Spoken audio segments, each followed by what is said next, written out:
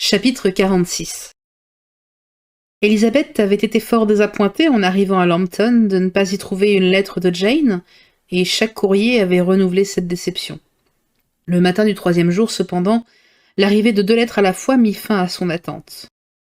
L'une des 2 lettres, dont l'adresse était fort mal écrite, avait pris une mauvaise direction, ce qui expliquait le retard. Son oncle et sa tante, qui s'apprêtaient à l'emmener faire une promenade, sortirent seuls pour lui permettre de prendre tranquillement connaissance de son courrier. Elizabeth ouvrit en premier la lettre égarée, qui datait déjà de 5 jours. Jane lui racontait d'abord leur dernière réunion et leur menue nouvelle locale.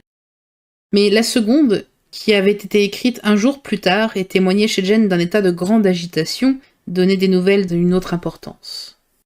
Depuis hier, très chère Lizzie, s'est produit un événement des plus inattendus et des plus graves. Mais j'ai peur de vous alarmer. Ne craignez rien, nous sommes tous en bonne santé.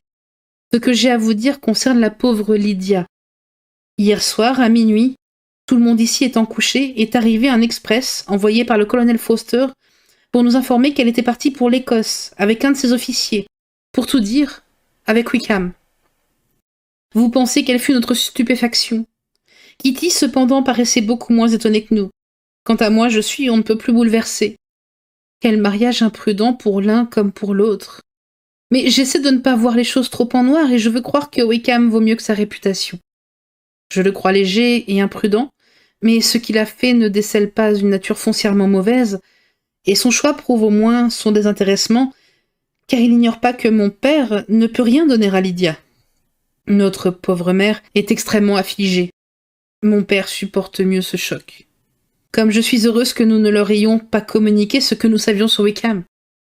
Il faut maintenant l'oublier nous-mêmes. Ils ont dû partir tous deux samedi soir vers minuit, mais on ne s'est aperçu de leur fuite que le lendemain matin vers 8 heures. L'express nous a été envoyé immédiatement. Ma chère Lizzie, ils ont dû passer à 10 000 seulement de Longbourn. Le colonel nous fait prévoir qu'il arrivera lui-même sous peu. Lydia a laissé un mot à sa femme pour lui annoncer sa détermination. Je suis obligée de m'arrêter car on ne peut laisser notre pauvre mère seule très longtemps. Je sais à peine ce que j'écris. J'espère que vous pourrez tout de même me comprendre. Sans s'arrêter une seconde pour réfléchir, et se rendant à peine compte de ce qu'elle éprouvait, Elizabeth saisit la seconde lettre et l'ouvrit fébrilement. Elle contenait ce qui suit. En ce moment, ma chère Lizzie, vous avez sans doute déjà lu la lettre que je vous ai griffonnée hier à la hâte. J'espère que celle-ci sera plus intelligible. Toutefois, ma pauvre tête est dans un tel état que je ne puis répondre de mettre beaucoup de suite dans ce que j'écris. Ma chère Lizzie, j'ai une mauvaise nouvelle à vous apprendre. Il vaut mieux vous les dire tout de suite. Tout imprudent que nous jugions un mariage entre notre pauvre Lydia et M. Wickham, nous ne demandons maintenant qu'à recevoir l'assurance qu'il a bien eu lieu, car trop de raisons nous font craindre qu'il ne soit pas parti pour l'Écosse. Le colonel Foster est arrivé hier ici, ayant quitté Brighton peu d'heures après son express.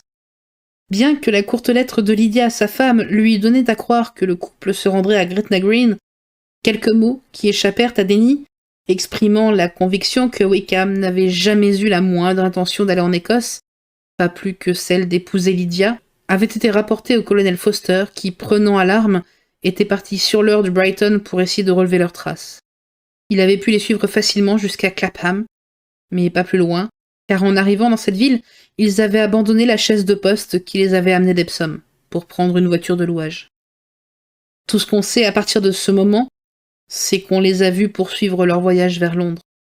Je me perds en conjectures. Après avoir fait toutes les enquêtes possibles de ce côté, le colonel Foster a pris la route de Longbourn en les renouvelant à toutes les barrières, à toutes les auberges de Barnet et de Hatfield. Personne répondant à leur signalement n'avait été remarqué. Il est arrivé à Longbourn en nous témoignant la plus grande sympathie et nous a communiqué ses appréhensions en des termes qui font honneur à ses sentiments. Ni lui, ni sa femme, vraiment, ne méritent aucun reproche. Notre désolation est grande, ma chère Lizzie. Mon père et ma mère craignent le pire, mais je ne puis croire à tant de perversité de la part de Wickham. Bien des circonstances ont pu leur faire préférer se marier secrètement à Londres plutôt que de suivre leur premier plan. Et même si Wickham avait pu concevoir de tels desseins sur une jeune fille du milieu de Lydia, pouvons-nous supposer qu'elle aurait perdu à ce point le sentiment de son honneur et de sa dignité? C'est impossible. J'ai le regret de dire néanmoins que le colonel Foster ne semble pas disposé à partager l'optimisme de mes suppositions. Il a secoué la tête lorsque je les ai exprimées devant lui et m'a répondu qu'il craignait qu'on ne pût avoir aucune confiance en Wickham. Ma pauvre maman est réellement malade et garde la chambre. Si elle pouvait prendre un peu d'empire sur elle-même. Mais il n'y faut pas compter. Quant à notre père, de ma vie, je ne l'ai jamais vu aussi affecté. La pauvre Kitty s'en veut d'avoir dissimulé cette intrigue, mais peut-on lui reprocher d'avoir gardé pour elle une confidence faite sous le sceau du secret? Je suis heureuse, ma chère Lizzie, que vous ayez échappé à ces scènes pénibles, mais maintenant que le premier choc est reçu, j'avoue qu'il me tarde de vous voir de retour. Je ne suis pas assez égoïste cependant pour vous presser de revenir plus tôt que vous ne le souhaitiez. Adieu. Je reprends la plume pour vous prier de faire ce qu'à l'instant je n'osais vous demander. Les circonstances sont telles que je ne puis m'empêcher de vous supplier de revenir tous, aussitôt que possible. Je connais assez mon oncle et ma tante pour ne pas craindre de leur adresser cette prière. J'ai encore une autre demande à faire à mon oncle. Mon père part à l'instant, avec le colonel Foster, pour Londres, où il veut essayer de découvrir Lydia. Par quels moyens, je l'ignore. Mais son extrême désarroi l'empêchera, je le crains, de prendre les mesures les plus judicieuses, et le colonel Foster est obligé d'être de retour à Brighton demain soir. Dans une telle conjoncture, les conseils et l'aide de mon oncle lui seraient infiniment utiles. Il comprendra mon sentiment, et je m'en remets à sa grande bonté. « Mon oncle! Mon oncle !» s'écria Elisabeth après avoir achevé sa lecture. « Où est mon oncle ?» s'élançant pour courir à sa recherche sans perdre une minute. Elle arrivait à la porte lorsque celle-ci fut ouverte par un domestique et livra passage à M. Darcy. La pâleur de la jeune fille et son air agité le firent tressaillir, mais avant qu'il eût pu se remettre de sa surprise et lui adresser la parole, Elisabeth, qui n'avait plus d'autre pensée que celle de Lydia, s'écria « Pardonnez-moi, je vous en prie. Si je suis obligée de vous quitter, mais il faut que je trouve à l'instant M. Gardiner pour une affaire extrêmement urgente. Je n'ai pas un instant à perdre. » « Grand Dieu, qu'avez-vous donc ?» s'écria Darcy avec plus de sympathie que de discrétion. Puis se reprenant. « Je ne vous retiendrai pas un instant, mais permettez que ce soit moi, ou bien votre domestique qui aille chercher M. et Mrs. Gardiner. Vous êtes incapable d'y aller vous-même. » Elisabeth hésita, mais ses jambes se dérobaient sous elle, et comprenant qu'il n'y avait aucun avantage à faire elle-même cette recherche, elle rappela le domestique, et d'une voix haletante, à peine intelligible, elle lui donna l'ordre de ramener ses maîtres au plus vite. Dès qu'il fut parti, elle se laissa tomber sur son siège, l'air si défait que Darcy ne put se résoudre à la quitter, ni s'empêcher de lui dire d'un ton plein de douceur et de commisération. « Laissez-moi appeler votre femme de chambre. N'y a-t-il rien que je puisse faire pour vous procurer quelque soulagement? Un peu de vin, peut-être? Je vais aller vous en chercher. Vous êtes toute pâle. »« Non, je vous remercie, » répondit Elisabeth en tâchant de se remettre. « Je vous assure que je n'ai rien. Je suis seulement bouleversée par des nouvelles désolantes que je viens de recevoir de Longbourn. » En parlant ainsi, elle fondit en larmes et, pendant quelques minutes, se trouva dans l'impossibilité de continuer. Darcy, anxieux et désolé, ne put que murmurer quelques mots indistincts sur sa sympathie et la considérer avec une muette expression. À la fin, elle put reprendre. « Je viens de recevoir une lettre de Jane, avec des nouvelles lamentables. Ma jeune sœur a quitté ses amis. Elle s'est enfuie avec... Elle s'est livrée au pouvoir de... Monsieur Wickham. Vous le connaissez assez pour soupçonner le reste. Elle n'a ni dot, ni situation, ni rien qui puisse le tenter.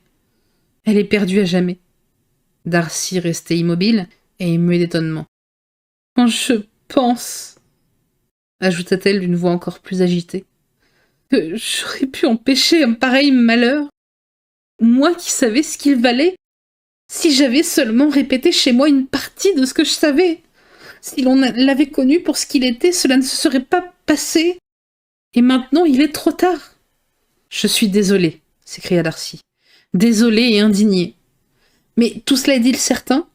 Absolument certain? » ?»« Hélas, oui.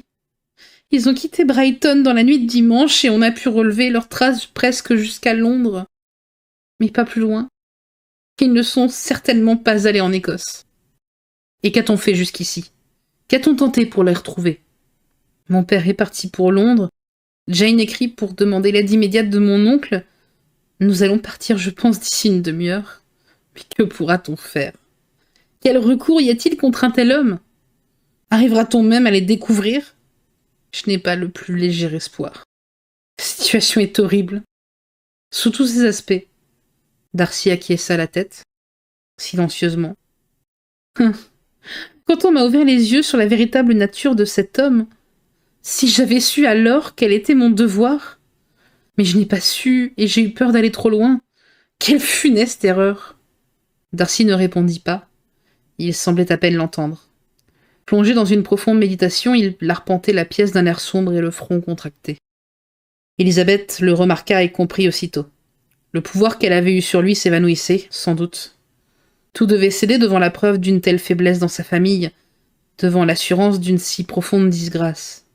Elle ne pouvait pas plus s'en étonner que condamner Darcy, mais la conviction qu'il faisait effort pour se ressaisir n'apportait aucun adoucissement à sa détresse. D'autre part, c'était pour elle le moyen de connaître la véritable nature des sentiments qu'elle éprouvait à son égard. Jamais encore elle n'avait senti qu'elle aurait pu l'aimer comme en cet instant, où l'aimer devenait désormais chose vaine. Mais elle ne pouvait songer longtemps à elle-même. Lydia, l'humiliation et le chagrin qu'elle leur infligeait à tous eurent tout fait d'écarter toute autre préoccupation. Et plongeant sa figure dans son mouchoir, Elisabeth perdit de vue tout le reste. Après quelques minutes, elle fut appelée à la réalité par la voix de son compagnon. D'un accent qui exprimait la compassion, mais aussi une certaine gêne, il disait « J'ai peur, en restant près de vous, de m'être montré indiscret. Je n'ai aucune excuse à invoquer, sinon celle d'une très réelle, mais bien vaine sympathie. Plût à Dieu qu'il fût en mon pouvoir de vous apporter quelque soulagement dans une telle détresse. Et je ne veux pas vous importuner de souhaits inutiles et qui sembleraient réclamer votre reconnaissance. Ce malheureux événement, je le crains, va priver ma sœur du plaisir de vous voir à Pemberley aujourd'hui. » Hélas oui. Soyez assez bon pour exprimer nos regrets à Miss Darcy. Dites que des affaires urgentes nous rappellent immédiatement. Dissimulez la triste vérité tant qu'elle ne sera pas ébruitée. Je sais que ce ne sera pas pour bien longtemps. Il l'assura de sa discrétion, exprimant encore une fois la part qu'il prenait à son chagrin, souhaita une conclusion plus heureuse que les circonstances présentes ne le faisaient espérer, et l'enveloppant d'un dernier regard, prit congé d'elle. Au moment où il disparaissait, Elisabeth se dit qu'ils avaient bien peu de chance de se rencontrer de nouveau dans cette atmosphère de cordialité qui avait fait le charme de leur entrevue en Derbyshire. Au souvenir de leur rapport, si divers, si plein de revirements, elle songea en soupirant à ces étranges vicissitudes de sentiments qui lui faisaient souhaiter maintenant la continuation de ces rapports, après l'avoir amené jadis à se réjouir de leur rupture. Elle voyait partir Darcy avec regret, et cet exemple immédiat des conséquences que devait avoir la conduite de Lydia lui fut, au milieu de ses réflexions, une nouvelle cause d'angoisse. Depuis qu'elle avait lu la seconde lettre, elle n'avait plus le moindre espoir quant à l'honnêteté des intentions de Wickham et à son dessein d'épouser Lydia. Il fallait être Jane pour se flatter d'une telle illusion. Tant qu'elle n'avait connu que le contenu de la première lettre, elle s'était demandé avec une surprise indicible comment Wickham pouvait avoir l'idée d'épouser une jeune fille qu'il savait sans fortune. Que Lydia eût pu se l'attacher lui semblait également incompréhensible. Mais tout s'expliquait maintenant. Pour ce genre d'attachement, Lydia avait suffisamment de charme. Certes, Elisabeth ne pensait pas que celle-ci eût pu consentir à un enlèvement où il n'aurait pas été question de mariage. Mais elle se rendait compte aisément que ni la vertu, ni le bon sens ne pouvaient empêcher sa sœur de devenir une proie facile. Il lui tardait maintenant d'être de retour.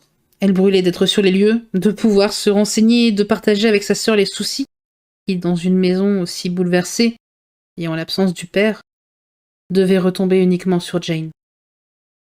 Malgré sa crainte de voir vains les efforts tentés pour sauver Lydia, elle estimait l'intervention de son oncle de la plus haute importance et attendait son retour dans la plus douloureuse agitation. Monsieur et Mrs. Gardiner arrivèrent tout effrayés, le rapport du domestique leur ayant fait croire que leur nièce se trouvait subitement malade. Elle les rassura sur ce point et leur communiqua immédiatement les 2 lettres de Jane. D'une voix tremblante d'émotion, elle souligna le post-scriptum de la seconde. L'affliction de Monsieur et Mrs. Gardiner fut profonde. Bien que Lydia n'eût jamais été leur favorite, il ne s'agissait pas d'elle seule. Sa disgrâce atteignait toute sa famille. Après les premières exclamations de surprise et d'horreur, M. Gardiner promit sans hésiter tout son concours. Sa nièce, bien qu'elle n'attendît pas moins de lui, le remercia avec des larmes de reconnaissance. Tous trois se trouvant animés du même esprit, leurs dispositions en vue du départ furent prises rapidement. Il fallait se mettre en route aussi vite que possible. « Et notre invitation à Pemberley, qu'allons-nous faire à ce sujet » s'écria Mrs. Gardiner. « John nous a dit que M. Darcy était présent quand vous l'avez envoyé nous chercher. Est-ce bien exact ?»« Parfaitement. Je lui ai dit que nous ne pourrions pas tenir notre engagement. Tout est réglé de ce côté. »« Qu'est-ce qui est de réglé ?» se demandait la tante en courant à sa chambre pour se préparer au départ. Sont-ils dans des termes tels qu'elle ait pu lui découvrir la vérité ? Je donnerais beaucoup pour savoir ce qui s'est passé entre eux. Si Elisabeth avait eu le loisir de rester inactive, elle se serait sûrement crue incapable de faire quoi que ce fût dans le désarroi où elle se trouvait. Mais elle dut aider sa tante dans des préparatifs qui comprenaient l'obligation d'écrire à tous leurs amis de Lambton afin de leur donner une explication plausible de leur départ subit. En 1 heure, cependant, tout fut terminé, mais M. Gardiner ayant, pendant ce temps, réglé ses comptes à l'hôtel, il n'eut plus qu'à partir. Après cette dure matinée, Elisabeth se trouva, en moins de temps qu'elle ne l'aurait supposé, installée en voiture et sur la route de Longbourn.